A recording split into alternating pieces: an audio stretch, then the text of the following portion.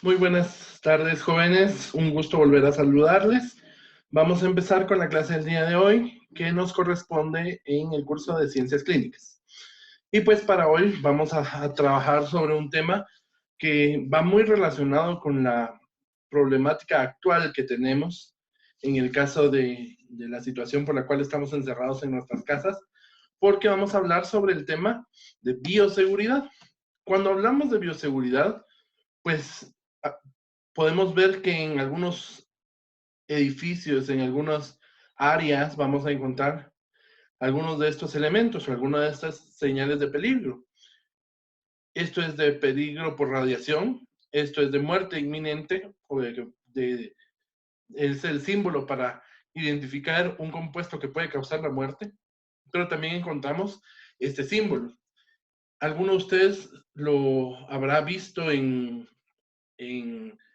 algunas películas, como por ejemplo esta de Resident Evil, donde pues se habla sobre un virus que está exterminando y todo, y en la puerta de los laboratorios se encuentra este logo. Este logo es muy importante porque en salud, en todo lo que tiene que ver con ciencia, este logo significa peligro o riesgo biológico. ¿Y qué es el riesgo biológico? Pues bueno, el riesgo biológico es la probabilidad de la ocurrencia y de la magnitud de las consecuencias de un evento adverso relacionado con el uso de agentes biológicos que puedan afectar al hombre, a la comunidad y al medio ambiente. ¿Qué sucede? Significa, el riesgo biológico es de que lo que está ahí adentro, lo que está marcado con esa etiqueta, puede generar consecuencias malas para las personas, para el ambiente, para la comunidad en la cual pudiera ser liberado. Como por ejemplo en las películas de Monsters Inc., se dan cuenta cuando entra este monstruo con la calceta y hablan sobre el 3312, porque representa, según ellos, un peligro para su comunidad de monstruos. Y entonces llega el centro de control de niños para poder a, pues quitar ese riesgo, eliminarlo y desinfectar en este caso al monstruo para que pueda seguir con sus labores. Pues más o menos estamos hablando que en una forma un poquito jocosa, pues ese es un ejemplo muy claro del riesgo biológico, como algo que se sale del control de Monsters Inc. genera peligro para ellos. Ya después nos damos cuenta que no, pero en el caso de nosotros, pues estos peligros son muy latentes. Ahora bien, ¿qué es un agente biológico? Un agente biológico es un microorganismo. Y no solamente es un microorganismo, no solamente el microorganismo como tal, sino también algunos de sus productos, priones o algunos que puedan causar enfermedad en hombres, en plantas o en animales. No necesariamente solo para el ser humano, sino que también puede ser un peligro biológico para el resto de la población, en este caso plantas o animales, y que pueden estar afectados y que pueden en algún momento tener un impacto biológico muy importante. Y entonces nos vamos a dar cuenta que estos agentes biológicos pueden ser del tipo bacteria, también pueden ser del tipo virus, como en el caso del que estamos sufriendo actualmente, pueden ser hongos, pueden ser parásitos, y cualquiera de estos puede comportarse como un agente biológico. Definimos entonces bioseguridad. El concepto de bioseguridad vamos a hablar que es todo un conjunto de medidas científicas organizativas destinadas a proteger al trabajador, a la comunidad y al medio ambiente de los riesgos que entraña el trabajo con agentes biológicos o la liberación de estos organismos al medio ambiente, ya sean modificados genéticamente o exóticos, o sea, autóctonos de la región, disminuyendo al mínimo los efectos que puedan presentar y eliminar rápidamente sus posibles consecuencias. Los objetivos que va a tener la bioseguridad es pues precisamente disminuir todo ese riesgo biológico, que no exista la capacidad de que ese microorganismo cause daño, cause algún efecto adverso en la comunidad, en el equilibrio biológico o en la persona. No necesariamente tiene que ser en un conglomerado. La bioseguridad puede ser personal o puede ser colectiva. ¿Y por qué hablamos de bioseguridad en medicina? Pues básicamente por 4 razones. La número 1, siempre nosotros como médicos estamos en contacto con gente enferma. y por lo tanto la gente enferma tiene microorganismos y esos microorganismos pueden fácilmente transportarse en el ambiente hacia el personal de salud. No solamente el médico. Cuando hablamos de medicina o personal de salud, hablamos desde el médico, desde el jefe de los médicos, hasta la persona de intendencia, la persona que se encarga de la limpieza, del aseo, de la cocina, porque todos estamos en contacto con gente enferma. Y por lo tanto necesitamos tener prácticas de bioseguridad para disminuir ese riesgo de contagio. Los ambientes contaminados. El hecho de que trabajamos en hospitales o clínicas no quiere decir que son ambientes seguros. De hecho, los hospitales son los lugares más contaminados del mundo, porque ahí tenemos personas con enfermas, como ya se dice, y aunque se haga un proceso o un protocolo de desinfección o un protocolo de esterilización de los ambientes, siempre se encuentra con ambientes contaminados. Ahí se elimina la bacteria del piso, pero el paciente sigue en ese lugar. O por ejemplo, en el caso de la tuberculosis.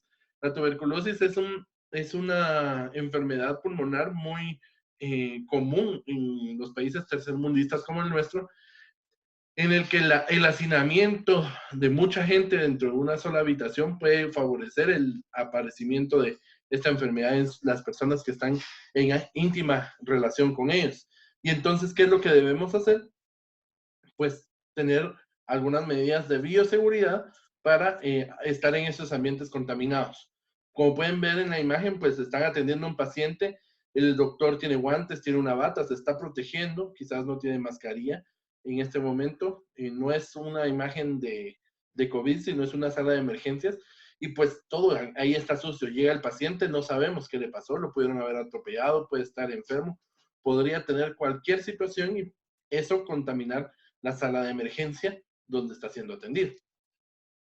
El manejo de fluidos corporales, sangre, orina, heces, semen, fluidos vaginales, saliva, todo esto tiene que ver con que son vehículos de transporte que pueden utilizar los agentes microbiológicos, los agentes biológicos, para transportarse. El contacto con sangre, por ejemplo. Muchas personas, o mejor dicho, todos el personal de salud, debemos utilizar nuestras medidas de protección porque, por ejemplo, por medio de la sangre podemos transmitir VIH, hepatitis, podemos transmitir sífilis, podemos transmitir muchas enfermedades que con el simple hecho del contacto, pues ya tengo un riesgo aumentado de padecer la enfermedad. Y por lo tanto, el riesgo biológico es evidente. Y pues obviamente con el contacto con los agentes biológicos como tal. El hecho de que el paciente se vaya no quiere decir que el agente biológico también se fue con el paciente. Generalmente, como les digo, aunque se hagan protocolos de bioseguridad o de limpieza o de desinfección o descontaminación de las áreas, siempre existe el riesgo de que el agente quede en ese ambiente y se mantenga como un ambiente contaminado. ¿Cuáles son los objetivos de la bioseguridad? Número uno, proteger al profesional de salud. Nos vamos a ver que una de las normas muy importantes para mantener como bioseguridad es que primero soy yo, primero es mi protección. Lo primero que tengo que garantizar es que yo pueda estar bien, porque si yo estoy bien, puedo ayudar a los demás a estar bien. Entonces necesito protegerme. Pero también debo proteger al paciente. En un hospital no solo hay un paciente, no solo hay un médico. Generalmente tenemos varios médicos, estamos en contacto con múltiples pacientes y el paciente A no tiene tuberculosis, el paciente B tiene sífilis, el paciente C tiene coronavirus, por ejemplo. Entonces, ¿qué debo hacer? Utilizar mis medidas de protección primero para protegerme a mí de eso. Pero segundo, también proteger al paciente de que yo no lo vaya a estar contaminando y que nos funcione yo como un vector, como como una herramienta para que esta bacteria o microorganismo o agente biológico se transporte de un paciente a otro. Disminuir el riesgo biológico, por supuesto. Las medidas de seguridad no son 100% eficientes, aun y cuando se cumplan al pie de la letra. Por supuesto, mientras mejor las practique yo, más resultados me van a dar. Pero no, no me garantiza el 100% de seguridad, pero sí me disminuye el riesgo biológico. Y evitar la propagación hacia el exterior. Hay muchos memes que nos hacen en Facebook, en las redes sociales, en las cuales pues está el estudiante de medicina comiendo en McDonald's con su bata puesta. Y pues obviamente la bata, mi uniforme, los elementos que yo utilizo para protegerme dentro del hospital, no los puedo estar sacando porque la idea de tener todas estas medidas de bioseguridad es evitar que estos agentes biológicos salgan al exterior, a la comunidad, al medio ambiente, se propaguen y puedan haber, como en este caso, ¿verdad? Una pandemia. ¿Qué sucedió con la pandemia coronavirus? No significa con esto de que yo esté declarando que así fue, pero algo tuvo que romperse en una cadena de bioseguridad en la cual el paciente o la persona no tomó medidas adecuadas y la fue pasando de persona a persona, finalmente sale de los lugares donde haya estado, de los hospitales, de las clínicas, de los mercados, de la misma comunidad y se propaga al exterior. Por ejemplo, empezó en Wuhan. Ahí estuvo la infección, el foco. Alguien tuvo que salir de ahí para que llegara a Italia. Y alguien tuvo que salir de un país contaminado para Guatemala para que el primer paciente viniera de un vuelo extranjero. Nosotros no teníamos aquí hasta que empiezan a llegar todos estos migrantes. ¿Se evita la propagación al exterior así? No. Entonces, ¿qué sucede? Los objetivos de la bioseguridad es contenerlos, tenerlos encerrados en un lugar donde puedan ser un ambiente controlado y no infectar a más personas. Los principios de la bioseguridad son tres básicamente. El número uno, prácticas y procedimientos adecuados. ¿Por qué? Porque para la bioseguridad no solo es tener el concepto, sino también es llevarlo a la práctica. Más que el concepto y más que el conocimiento, es poder practicar estas medidas para, pues, que tengan su eficiencia y que esta práctica sea de una forma adecuada, no a como yo quiera, sino a como me dice. Por ejemplo, en el caso del lavado de manos o en el caso del uso de equipo de protección. El segundo principio es el equipo de seguridad. El equipo de seguridad puede ser personal o puede ser colectivo y esto va a depender pues, precisamente del tipo de bioseguridad que estemos aplicando. En el equipo de bioseguridad, pues vamos a hablar como, por ejemplo, el uso de guantes, el uso de mascarilla, el uso de lentes protectores, el uso de alcohol en gel, por ejemplo, que nos está protegiendo y que es el equipo que nosotros utilizamos para generar una barrera entre nuestro cuerpo y el agente microbiológico al cual nos estamos exponiendo. Y el tercero, pues el diseño de las instalaciones, donde el espacio físico sea un espacio adecuado y donde podamos encontrar aislamiento. Por ejemplo, en el caso de los hospitales, no puede ser una casa cualquiera un hospital.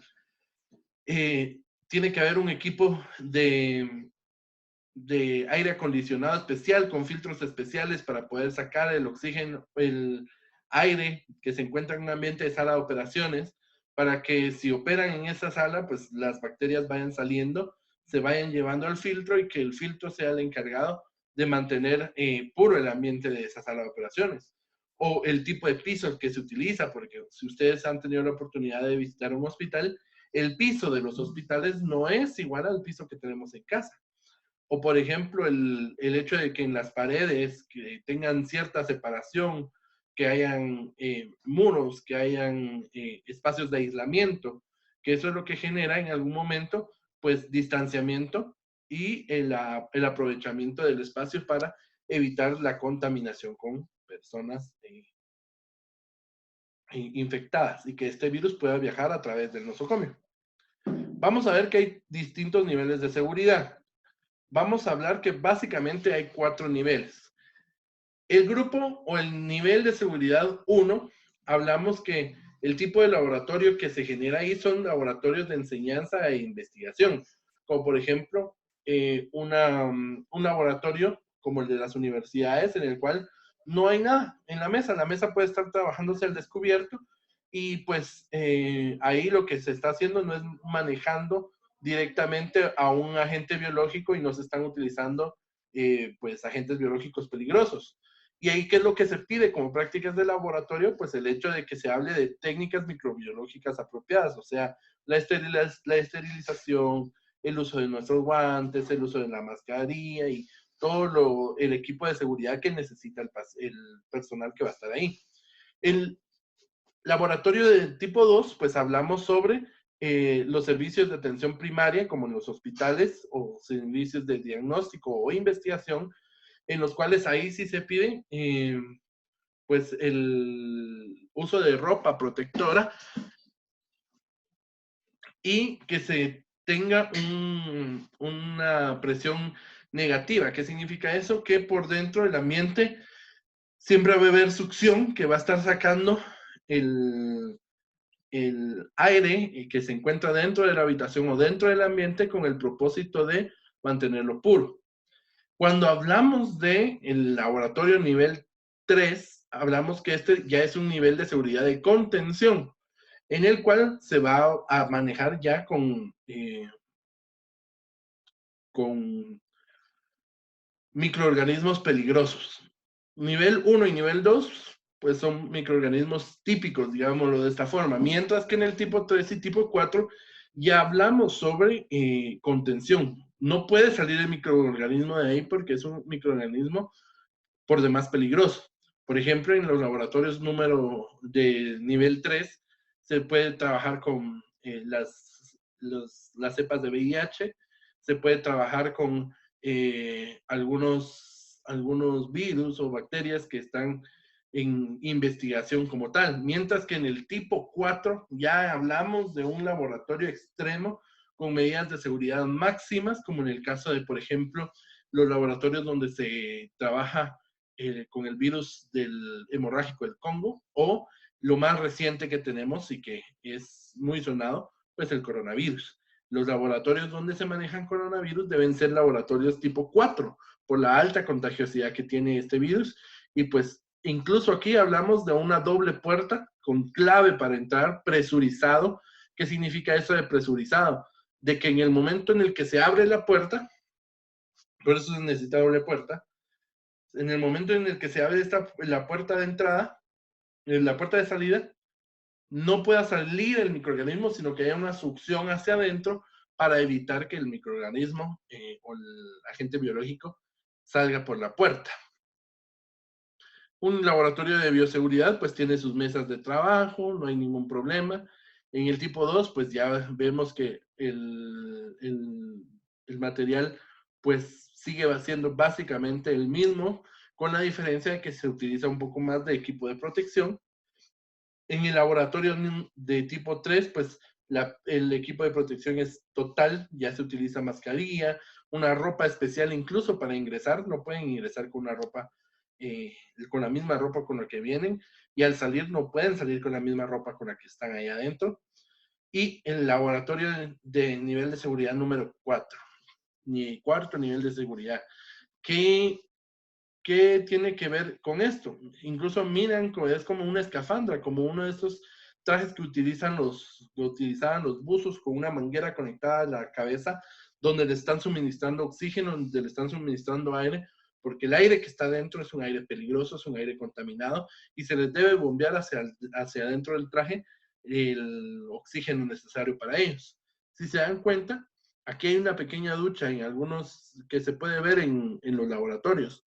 ¿Qué sucede? Cuando se rompe un protocolo de bioseguridad, cuando hay contacto con uno de los agentes, esta ducha es una opción en la cual pueden llegar los investigadores o el personal, dejarse caer agua para lavarse inmediatamente y evitar o disminuir al máximo el riesgo biológico. Pues el equipo de protección personal. Esto es un equipo de protección para personal de salud, pues vamos a hablar de que pues hay una ropa especial dedicada para eso, un uniforme quirúrgico o un uniforme médico que se utiliza dentro de las instalaciones hospitalarias, unos zapatos especiales, aquí hablan zapatos suecos de plástico cuando en realidad son pues zapatos plásticos con suela antideslizante, porque se tiene que evitar también los accidentes. El mono o el traje este completo que incluye pues capucha, que incluye la protección a todo el cuerpo. Las mascarillas que pueden ser de las mascarillas simples, mascarillas N95 o las N98, que son las máximas que existen en el mercado. El uso de cubrebotas, el uso de gafas protectoras, el uso de nuestros guantes, los cubrebatas y pues cómo quedamos vestidos finalmente. Que estas son medidas de protección personales en las cuales yo me aíslo y genero una barrera entre el paciente y mi persona, entre mi persona y el microorganismo, para evitar la contaminación que yo reciba de este virus. Parte muy importante de el quehacer médico es el lavado de manos y es una de las medidas de bioseguridad más importantes que debemos manejar nosotros en cualquier momento. El lavado de manos es muy importante. ¿Por qué? Número uno, por protección personal. Mis manos son un peligro. ¿Para quién? Para mí, para mí, para mí, porque están conmigo. Están recubiertas de mi piel y yo me tengo que proteger. La norma más importante de bioseguridad es primero yo y después yo. Siempre yo voy a ser el más importante porque necesito protegerme a mí mismo. La protección personal, pues obviamente la protección colectiva, pues al lavarme yo, voy a evitar transportar bacterias y llevarlas a otro lugar y entonces puedo tener pues protección para mis pacientes y pues un código de ética, porque yo me lavo las manos no porque tenga miedo solo de mí, sino porque tengo la responsabilidad ética y moral de cuidar a las personas que están alrededor mías. ¿Cuándo me debo lavar las manos? Antes del contacto con el paciente. ¿Por qué? Porque si voy a ir con mi paciente y yo estuve en el laboratorio y llevé una muestra de sangre o llevé una muestra de orina o yo acabo de evaluar a otro paciente, pues estoy contaminado. Y para evitar llevarle estas bacterias, vamos a hablar de un lavado de manos antes del contacto con el paciente. Número 2, antes de realizar una tarea limpia o aséptica, una tarea que requiere esterilidad en el ambiente. Voy a colocar una sonda Foley, yo no la voy a poner a mano limpia. Me voy a utilizar guantes, sí, es cierto, voy a tener guantes, pero yo, para garantizar que no voy a provocarle nada al paciente, me tengo que lavar las manos.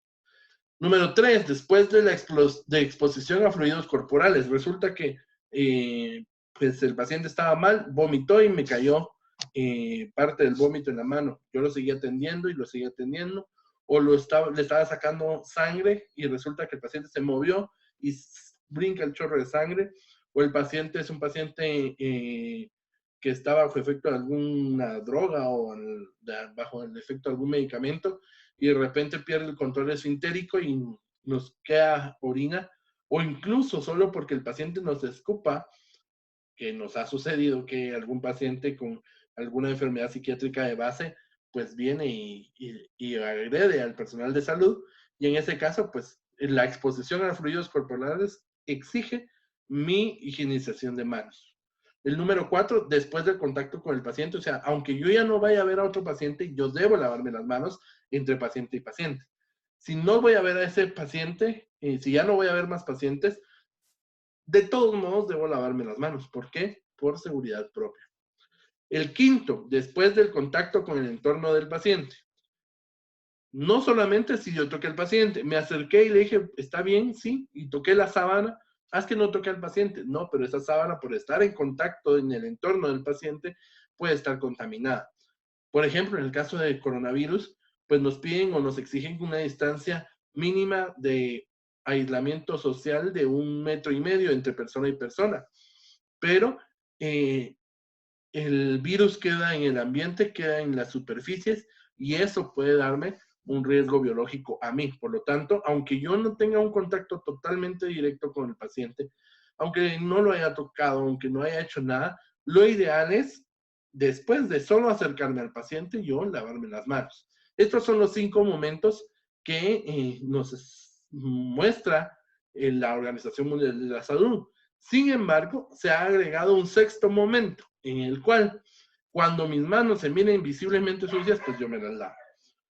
No quiere decir con eso de que, ay, soy un sucio, un cochino, si no me lavo las manos, a cada 5 minutos, ¿no? Pero obviamente estoy trabajando, estoy haciendo algo, estoy en mi cuarto, pero de repente me veo las manos y las miro sucias, pero digo, es que como es mi cuarto, son mis cosas. No, nosotros debemos lavarnos bien las manos cuando se vean visiblemente sucias.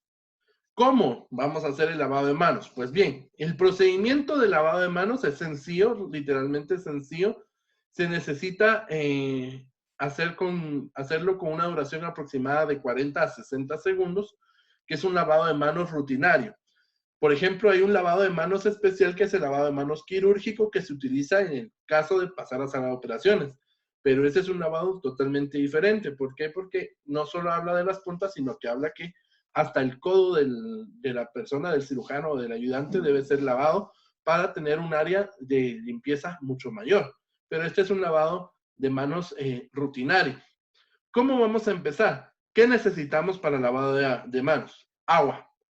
Necesitamos agua que sea agua entubada, que sea transportada, no palanganas. ¿Por qué? Porque solo el hecho de tocar yo una palangana ya es, o un recipiente, ya es que me contaminé solo con el hecho de tocarlo. O por ejemplo, lo que a veces se hace cuando hay pilas, meter la mano, solo la mano y para sacar un poco de agua, solo con el hecho de que yo haya metido mi mano, ya contaminé esa agua y esa agua no podría ser utilizada nuevamente. ¿Cómo empezamos con ese procedimiento? Aquí lo mencionan como 0, que este de hecho es el bosquejo que tiene la Organización Mundial de la Salud para ejemplificar el lavado de manos. Mojamos las manos con abundante agua. Número 1, pues en el caso de lavado de manos necesitamos jabón, un jabón simple, de preferencia en un dispensador líquido. ¿Por qué? Porque si yo agarro una barra de manos, una barra de jabón y la sobo, la froto para generar, mis bacterias quedan en ese jabón, por lo tanto no es lo más aconsejable. Lo ideal es que sea en un dispensador donde ni siquiera necesitemos contacto para poderlo activar. El jabón, ¿cuánto de jabón tengo que echarme? Lo suficiente. Mi mano es muy grande, entonces utilizo más jabón que una persona con una mano más pequeña. No hay una medida estándar. Yo debo saber cuánto jabón necesito para cubrir toda la superficie de mis manos. Una vez que ya he mojado mis manos, que ya tengo jabón, voy a venir y voy a frotar las palmas. Lo primero son palmas. Las frotamos entre nosotros mismos, entre nuestras palmas. El número 3 es que ya con las palmas enjabonadas, volteamos nuestra mano y palma y dorso vamos a venir y las vamos a restregar entre una y otra, tratando de que nuestros dedos ingresen en medio de los dedos de la otra mano. Una vez que ya hemos hecho esto con ambas manos, vamos a frotar las palmas de las manos entre sí con los dedos entrelazados para garantizar la limpieza del área interdigital, de los espacios entre los dedos. Número 5, agarramos nuestras manos, vamos a hacer esto y vamos a entrelazar nuestros dorsos de nuestros dedos y los vamos a frotar de esta manera, logrando entonces limpiar la parte externa, la parte del dorso de nuestros dedos junto con nuestras uñas. El número 6 es que ya una vez hemos hecho este movimiento, ya hemos frotado, vamos a agarrar nuestros pulgares con la mano contralateral y los vamos a mover en una forma circular y luego la otra. Una vez que ya hemos hecho esto, vamos a tener nuestros dedos y los vamos a frotar la punta de los dedos en la otra mano haciendo el movimiento como de rotación, restregando el jabón que tiene esa mano en nuestros dedos y nuestras uñas. Lo hacemos de las dos formas. La llave del agua en todo momento debe estar abierta o tener una válvula con la cual podemos accionarla con el pie para no tener que tocar el grifo, porque si tocamos el grifo, nuevamente estamos cayendo en una contaminación, porque ya lo abrimos con la mano que está contaminada. Para secarnos vamos a utilizar toalla de papel desechable. No vamos a ir y vamos a meter las manos debajo de estos aparatitos que tienen los restaurantes o los baños de centros comerciales, donde por medio de fuerza, por medio del aire, uno los mete, los mentados secadores, y uno mete las manos y le cae el aire. Resulta que si nosotros pudiéramos ver lo que está saliendo de esos aparatos, ninguno de nosotros nos quisiéramos lavar las manos ahí. Tampoco vamos a venir y lo vamos a restregar en nuestra ropa porque nuestra ropa está contaminada. La idea es mantener las manos limpias, por lo tanto, vamos a agarrar papel y nos vamos a secar las manos. ¿Por qué? El papel va a tener una doble cara. Lo voy a hacer con una hoja normal, pero tiene una doble cara, ¿sí? Tiene una cara y tiene otra cara. Entonces, ¿qué va a pasar? Yo voy a agarrar esto y una cara me va a servir para limpiar una mano, mientras que la otra cara me va a servir para limpiar la otra mano. De manera que ni paso las bacterias que pudieran quedar en esta mano a la siguiente, ni de esta a la otra. Entonces me lavo y ya tengo. ¿Ven? En ningún momento se cambia de lado de la hoja para poder, o en este caso de la hoja, de la toalla de papel, para poderse secar. Con el papel, con el que me pude secar, voy a agarrar y con eso cierro el grifo, porque ya con la mano seca no voy a ir a tocar el grifo porque me la vuelvo a contaminar. La idea es estar limpio. Y una vez hemos terminado este proceso, mis manos son seguras, mis manos están limpias. Yo ya puedo hacer cualquier procedimiento, puedo ir a evaluar a un paciente que yo estoy seguro de que esto pues está limpio. Vamos a tratar la manera. Voy a conseguir un video muy interesante que tengo sobre el lavado de manos y se los voy a enviar por el modo para que lo puedan ver. Si no tenemos en algún momento jabón y agua o un lugar para podernos lavar, pues nosotros podemos utilizar el alcohol en gel. Que el alcohol en gel no sustituye nunca, nunca, nunca el lavado de manos. ¿Por qué? Se los explicaba yo en clase en algún momento. Si yo vengo y lavo mis manos, la meto dentro del agua, dentro del flujo de agua, del chorro de agua, el agua está lavando, está eliminando por arrastre mecánico el virus, las bacterias o lo que tenga yo en mis manos y se va a ir hacia la cañería. Mientras que si yo agarro alcohol en gel, me lo froto y lo que hice fue desactivar bacterias o desnaturalizar proteínas de los virus, pero van a seguir ahí. Entonces, el lavado de manos nunca va a poder ser eliminado o no va a poder ser sustituido por el alcohol en gel. Por supuesto, entre paciente y paciente, pues bueno, no tengo dónde hacerlo, me echo alcohol en gel, me hago un lavado de manos que es muy similar, palmas, dorso, entre dedos, pulgares, las caras dorsales, las puntas. Más o menos es exactamente el mismo procedimiento en alcohol en gel. Pero eso no quiere decir de que en el primer momento en el que yo pueda, me voy a ir a lavar las manos. Muy bien. Terminamos entonces con este tema de bioseguridad. Es muy, muy importante que lo podamos desarrollar como parte de clase. Recuérdense que somos médicos o futuros profesionales de la salud y esto puede conllevar al desarrollo de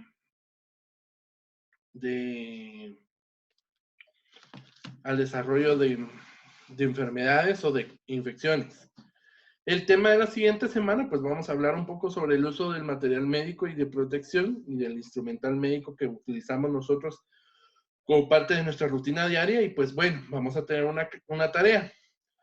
Parte de la tarea, pues obviamente es como pues, en el momento en el que ustedes reciben clases en el colegio, en una clase presencial, pues tienen que hacer anotaciones de lo que nosotros les estamos diciendo y pues tienen que pasar esta clase al cuaderno. Es como que ustedes estuvieron recibiendo la clase en el colegio. Y van a hacer lo siguiente. Van a ir a sus redes sociales, puede ser Instagram, puede ser Facebook, puede ser Twitter, puede ser incluso WhatsApp por medio de los estados o como ustedes gusten. Y van a hacer una publicación sobre la importancia del lavado de manos y del uso de la mascarilla durante este tema de la pandemia de coronavirus. ¿Y qué es lo que van a hacer? La publicación que más reacciones tenga, que más me gusta, que más visualizaciones, que más compartir, como ustedes quieran, sean creativos, traten de mandarle a la gente toda esta situación de empaparlos y empoderarlos de que el lavado de manos es una herramienta muy importante para evitar la propagación de la pandemia, el uso de la mascarilla.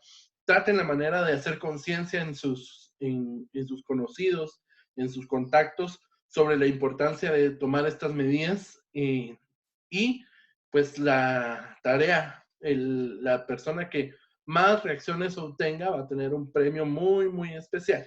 Ya veremos cuál va a ser. Y le vamos a mencionar en la siguiente clase. Y pues van a enviar las fotografías y la captura de pantalla a la asignación de Edmodo que se va a crear. Estamos nosotros recibiendo esta clase el día 17, o sea, viernes 17 de abril. Para que sea justo con todos y que todos tengan el mismo tiempo para entregarlo, la tarea se deberá entregar a más tardar el 24 de abril en el horario de la clase. O sea, nos toca clase a nosotros en horario de, ahorita les confirmo, nos toca la clase en el horario de las 9 de la mañana. Les daré como margen de 8:30 a 9 para que envíen la tarea, para que cuando ya empecemos la clase ustedes ya la hayan enviado, que es el tiempo máximo para determinar las reacciones y la cantidad de personas a las que hayan logrado alcanzar con esta publicación. Así que, muchas gracias por todo.